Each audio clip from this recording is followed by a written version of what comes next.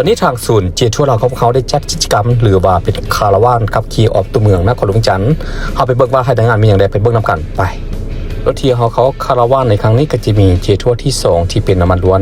ตัวนี้จะเป็นสีเทาตกแต่งกบเช็ดและต่อมาก็จะเป็นเจทัวร์ที่2 PHEV และมีรถลูกค้าเข้าร่วมถึง15คันมีลูกค้าเข้าร่วมถึงอยู่ที่50ท่านเนาะก่อนที่เราจะไปคาราวานหรือว่าขับขี่ออกตัวเมืองเราจะมาเต้าโฮมกันอยู่ที่ศูนย์เจทัวร์เรามาดื่มกาแฟและรับประทานขนมหลังจากนั้นจะมีการแนะนำถนนหนทางที่เราจะไปการจัดกิจกรรมในครั้งนี้ก็ถือว่าเป็นครั้งทำอิฐที่เราจัดขึ้น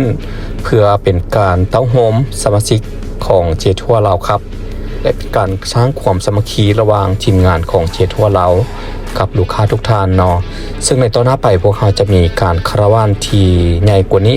จะเดินทางไปตามแขวงจุดของการเดินทางในมื้อนี้ก็ถือว่าพวกเขาเริ่มต้นจากศูนย์เจทัวร์เราของเขาขับขี่ไปที่บึงทะลวงบึงทะลวงแล้วรับไปที่พระทะลวงเนาะซึ่งเขาจะขับขี่ไปเป็นทีมแล้วผ่านไปที่ประตูใส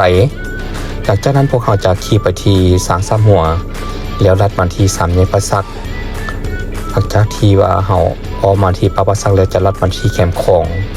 แล้วลัดไปที่เจ้าฟังงึมสำหรับลูกค้าท่านใดที่ว่ายังบ่ทันเป็นสมาชิกของเจทัวร์เราก็สามารถสอบถามหรือมาเบิ่งที่ศูนย์เจทัวร์เรามาสัมผัสและทดลองขับกับพวกเขาและในมื้อนี้เราก็คือเป็นมื้องานการเปิดตัวน้องใหม่ของเจทัวร์ที่มาพร้อมกับนวัตกรรมล้ำสมัยประสิทธิภาพสูงนั่นก็คือเจทัวร์ G700ซึ่งพวกเขาได้เปิดตัวขึ้นอยู่ที่ไอเต็ก